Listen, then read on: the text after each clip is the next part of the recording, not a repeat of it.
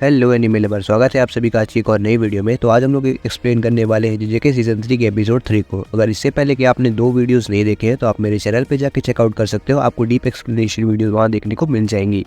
तो चलिए स्टार्ट करते हैं आज की इस वीडियो को बिना किसी देरी के।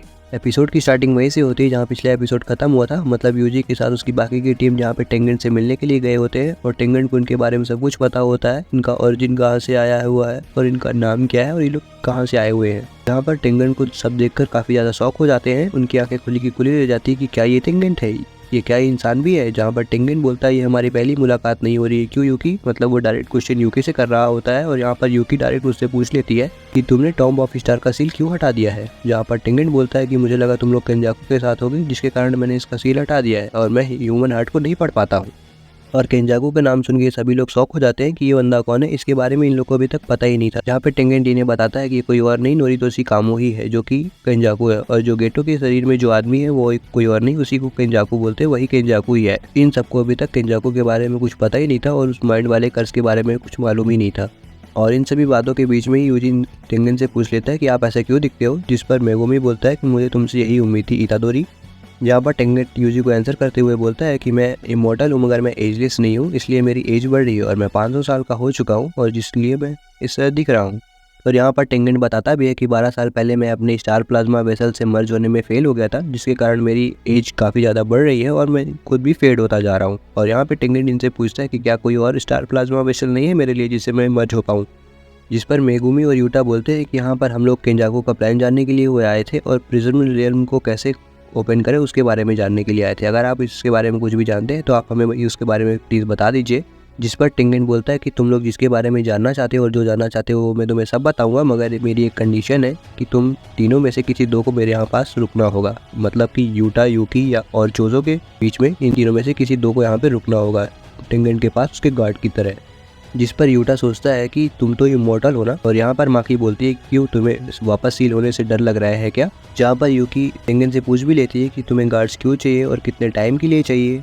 और यहाँ हमें पहले बताया जाता है कि केंजाकू का गोल क्या है, उसका पर्पस क्या है, जहाँ पर केंजाकू फोर्स कर रहा है ह्यूमनेशन को इवॉल्व होने के लिए। जहाँ पर हमें ये पता चल जाता है कि केंजाकू का जो मेन पर्पस है वो ये है कि पूरे जापान के अंदर ह्यूमैनिटी का इवोल्यूशन करना। और यहाँ पर मेगुमी बोलता है ये सब चीज़ें तो हमें पहले से पता है, मगर हमें यहाँ पे ये पता करने आए हैं कि केंजाकू का एग्जैक्ट प्लान क्या है और उसने टेंगन का बैरियर क्यों यूज़ किया और उसने आइडल ट्रांसफिग्रेशन का यूज़ करके बाकी सारे लोगों को सॉर्सरर क्यों बना दिया।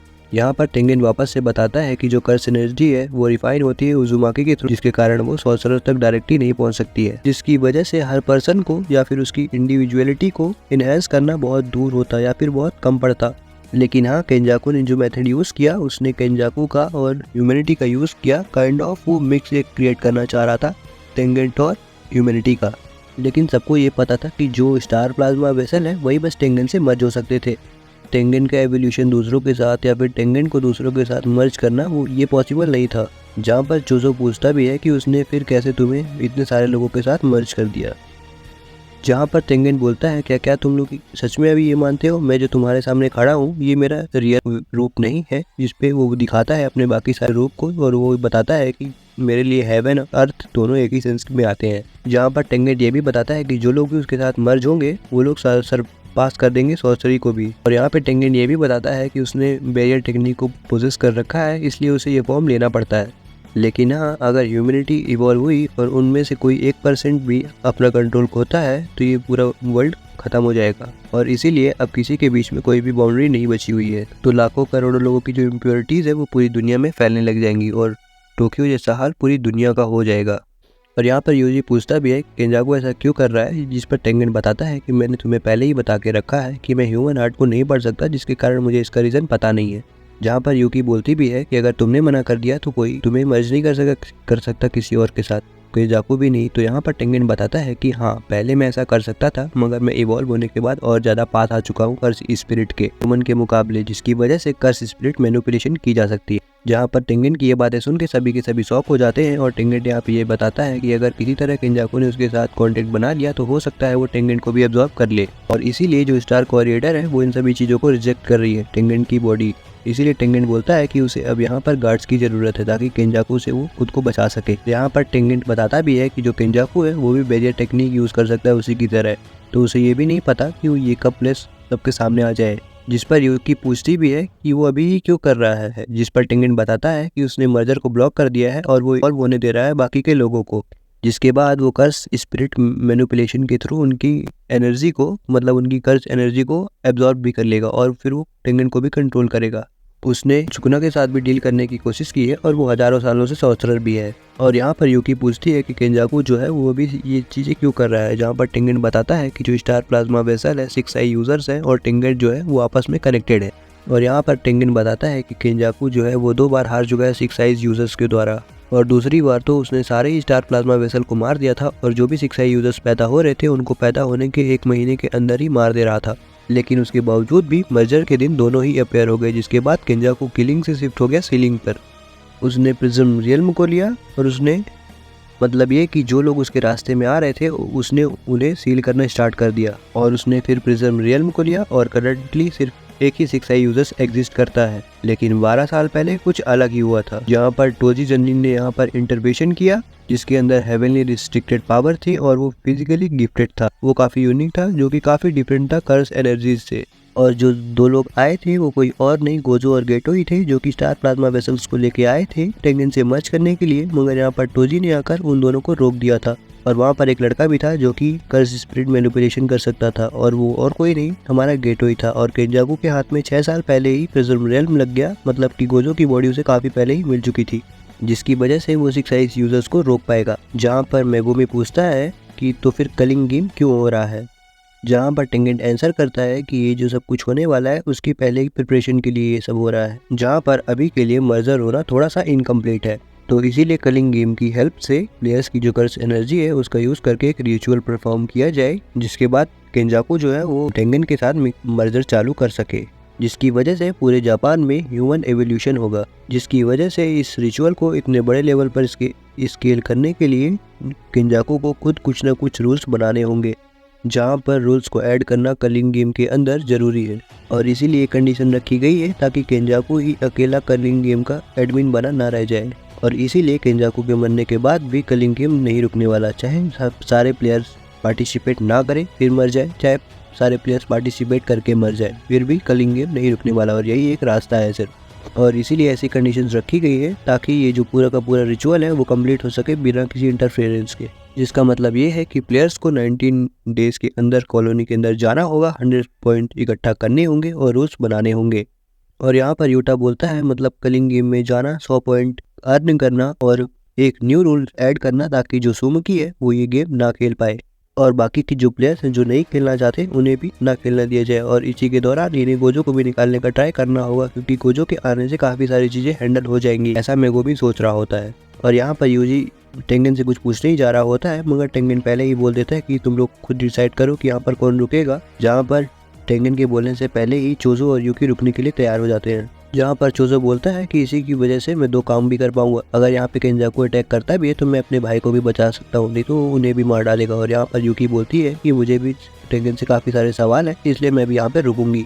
और टेंगन यहाँ पे इन लोगों को थैंक यू बोलते हुए दूसरा प्रिज्म रियल्म देता है, जिसकी मदद से वो लोग गोजो सातोरू को फ्री कर सकते हैं। जहाँ पर यूकी भी इसके बारे में पहली बार सुन रही होती है, मतलब कि प्रिज्म रियल्म का ये बैक डोर टाइप का होता है और यूजी भी यही सोचता है कि मतलब ये बैक डोर की तरह काम करेगा। और यहाँ पर टेंगन बताता है कि उसने केंजाकू के पाने से पहले ही ये प्रिज्म रियल्म ले लिया था, मतलब जहाँ पे वैसे तो प्रिज्म रियल्म उसके बैरियर के बाहर था, जहाँ पर फ्रंट के सीलिंग के दौरान बैक को भी ये चीज़ें पता लगी, इसीलिए दोनों कनेक्टेड हैं। जहाँ पर गोजो सातोरू को अगर प्रिज्म रियल्म के फ्रंट में सील किया गया है तो बैक में भी जरूर होगा। जहाँ पर यूजी बोलता भी है कि अगर हम लोग इसे ओपन कर देते हैं तो गोजो सर फ्री हो जाएंगे। तो यहाँ पर टेंगन बोलता है कि नहीं, ये सिर्फ अथॉरिटी केंजाकू के पास ही है, या फिर तुम्हें इन्वर्टेड स्फीयर ऑफ हेवन चाहिए होगा जो कि सारी कर्स टेक्निक को नेलीफाई कर देता है, या फिर ब्लैक रो चाहिए होगा जो कि कर्स टेक्निक्स को और उसके इफेक्ट को कैंसिल कर देता है। लेकिन इन्वर्टेड स्फीयर ऑफ हेवन जो है वो काफ़ी दूर है जापान से और उसको गोजो सातोरू ने तोड़ भी दिया था। जहाँ पर यूजी ये बात सुन के काफ़ी ज़्यादा गुस्सा होता है कि ऐसा गोजो ने क्यों किया, और ब्लैक रो को भी गोजो सातोरू ने ही लास्ट ईयर जो है डिस्ट्रॉय कर दिया है। जहाँ पर मेगुमी भी गुस्सा हो जाता है गोजो पर कि इसके साथ क्या हो रहा है और ये ऐसे काम क्यों करता है। जहाँ पर यूटा बताता है कि मिगल और मैंने ही ये सब ढूंढ के दिया था गोजो को ताकि वो डिस्ट्रॉय कर सके। और यहाँ पर यूकी पूछती है तो फिर भी कोई और भी तो रास्ता होगा। और यहाँ पे टेंगन बोलता है कि जो कलिंग गेम्स के प्लेयर्स है उनके अंदर एक सॉर्सरर है जो कि खुद को एंजल बोलता है। जो कि हज़ारों सालों से सॉर्सरर है। और यहाँ पे हमें एंजल का लुक भी दिखाया जाता है। और यहाँ पे टिंगन बताता है कि एंजल की जो कर्स टेक्निक है वो इरेज कर सकती है किसी भी कर्स टेक्निक को। और यहाँ पे हमें एंजल का नाम भी पता चलता है जो कि हाना कुरुसु होता है। और टिंगन बोलता है ऐसे ही तुम लोग इसे ओपन कर सकते हो प्रिज्म रियल्म के बैक पार्ट को। और यहाँ पे मेगुमी पूछता भी है तो फिर एंजल कहाँ पर है, तो फिर यहाँ पे टिंगन बोलता है कि उसे नहीं पता क्योंकि कॉलोनी के बैजर्स जो हैं वो फिर उसे रिजेक्ट करते हैं। और इसके अलावा टिंगन के पास कोई और इन्फॉर्मेशन नहीं है। और यहाँ पे बाकी सारे लोग पूछते हैं कि रिचुअल को कंप्लीट होने में कितना टाइम लगेगा, तो इस पर टिंगन बोलता है कि वो सब कुछ गेम पे डिपेंड करता है, लेकिन हाँ 2 महीने तो लग सकते हैं। जहाँ पर माकी बताती है कि आज 9 नवंबर हो चुका है और जो प्लेयर्स अवेक हुए थे वो 1 नवंबर को हुए थे।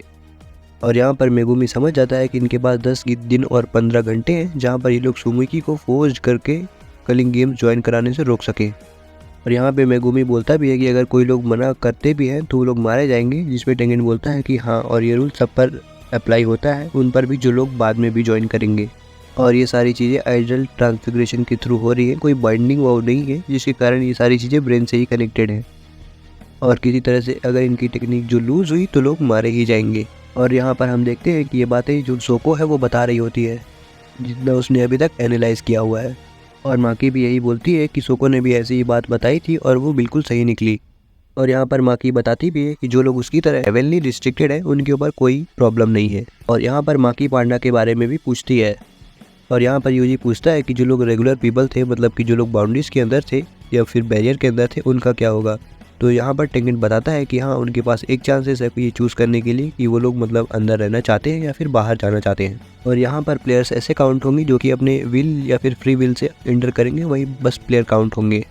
और यहाँ पे फुशिकुरो पूछता है कि यहाँ पे जो असली है वो गेम मास्टर कौन है, मतलब असली का गेम मास्टर कौन है। और यहाँ पे टेंगन बताता है कि उसे भी नहीं पता कि गेम मास्टर कौन है, उन्हें इसके बारे में गेम की स्टार्टिंग में ही पता चल जाएगा। और यहाँ पे इन लोगों को यह भी पता चल जाता है कि ये लोग किसी भी रूल को डायरेक्टली हटा या फिर जोड़ नहीं सकते हैं, इनको कोई इनडायरेक्टली रास्ता ही ढूंढना होगा। और यहाँ पर माकी बोलती है कि जो गेम है वो काफ़ी ज़्यादा अनफेयर है, तो टेंगन यहाँ बोलता है कि नहीं, तुम लोग गेम से फेयरनेस एक्सपेक्ट कर सकते हो, गेम में काफ़ी सारे रूल्स होंगे जिसके कारण केंजाकू भी कुछ खुद नहीं कर सकता है।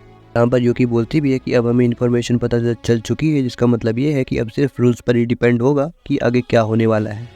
और यहाँ पर यूकी ये भी बताती है कि अब से लेके आगे तक सिर्फ यूकी और चोजो ही यहाँ पर रुकने वाले हैं टेंगन को प्रोटेक्ट करने के लिए। और यहाँ हमें ये भी पता चलता है कि माकी जो है वो जेनिन क्लैन जाएगी कर्स टूल को रिकवर करने के लिए, क्योंकि गोजो सातोरू के सील होने के बाद जुजुत्सु आई ने उन्हें अपने अंडर कर लिया था। और यहाँ पर फुशिकुरो जेनिन क्लैन का अब हेड बन चुका है, जिस पर यूजी बोलता है कि तुमने मुझे इसके बारे में बताया क्यों नहीं।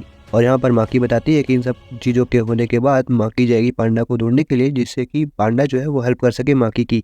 और यहाँ पर ये लोग यूटा से पूछते हैं कि वो क्या करेगा, तो यूटा ये बताता है कि वो जाएगा और कर्लिंग गेम को ज्वाइन करेगा ताकि वो सुमुकी के ज्वाइन होने से पहले काफ़ी सारी इन्फॉर्मेशन को इकट्ठा कर सके। जहाँ पर यूटा ये भी बताता है कि वो अकेले जा रहा है ये सब काम करने के लिए, तो होता है कि कॉलोनीज के अंदर कनेक्शन भी कट कर दिए जाए तो वो लोग काफ़ी दिन तक कॉन्टेक्ट में ना आए। और यहाँ पर यूजी सोचने लगता है कि जब उसने यूटा को ये कहा था कि जब सुकुना उसको टेक ओवर कर ले तो वो यूजी को मार दे। और यहाँ पर ये लोग सोचने लगते हैं कि जब सुकुना यूजी के ऊपर टेक ओवर करेगा तब क्या करना होगा।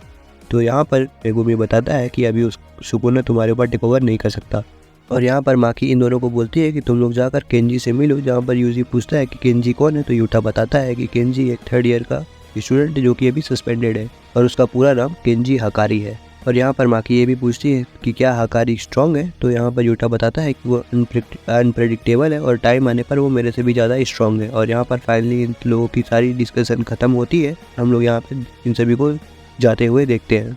जहाँ पर जाते जाते यूजी चोजो को थैंक यू बोलता है और जो कि चोजो है वो रोने लग जाता है खुशी के मारे। नेक्स्ट सीन में हमें एक थिएटर दिखाया जाता है जहाँ पर एक बंदा परफॉर्म कर रहा होता है, उसका नाम तकावा होता है। और नेक्स्ट सीन में हमें दिखाया जाता है कि उसी बंदे को उसका मैनेजर है या फिर जो बॉस है उसे डांट रहा होता है जॉब छोड़ने के लिए। और यहाँ हमें पता चलता है कि तकावा जो है वो 35 साल का है और यहाँ पे जो उसका मैनेजर है वो उसे उसकी जॉब क्विट करने के लिए बोलता है। और वो ये भी बोलता है कि हमारे बिजनेस के अंदर तुम जैसे बूमर्स की कोई नीड नहीं है, तुम्हारे जोक्स पर कोई भी नहीं हंसता है। और उसका मैनेजर उसको काफ़ी कुछ सुनाता है और फिर यहाँ से चला जाता है। और हमें पास में एक बंदा दिखाया जाता है जो कि न्यूज़पेपर पढ़ रहा होता है और वो तकावा को बोलता है कि मुझे तुम्हारा जोक्स काफ़ी ज़्यादा अच्छा लगते हैं और तुम्हारे शोज़ भी काफ़ी ज़्यादा पसंद है, ऐसी बात नहीं है कि वो काफ़ी बुरे हों। और हमें यहाँ पता चलता है कि जो बंदा न्यूज़पेपर पढ़ रहा है उसका नाम केन है और वो यहाँ पे बताता है कि तुम और जो बंदा भी यहाँ से गया है तुम दोनों ही गलत हो, क्योंकि जो लोग कुछ भी नहीं कर पाते वो भी फेमस हो जाते हैं। और यहाँ पर वो बंदा बोलता है कि सिर्फ 2 लोग ही रेलिवेंट रह सकते हैं, जो लोग सिर्फ फनी हो और जो लोग ये मानते हो कि मैं फनी रह सकता हूँ। तो बताओ तकावा, तुम क्या मानते हो खुद को? और यहाँ पे हमें दिखाया जाता है कि तकावा का भी नाम आ जाता है और इसी के साथ ये एपिसोड एंड हो जाता है। तो गाइस आई होप आपको मेरी एक्सप्लेनेशन पसंद आई होगी, और अगर पसंद आई तो वीडियो को लाइक करके चैनल को सब्सक्राइब भी आज से कर लीजिएगा। हमें जल्दी से जल्दी 1K सब्सक्राइबर भी रीच करने हैं। तब तक के लिए मिलते हैं अगली वीडियो में। Peace out.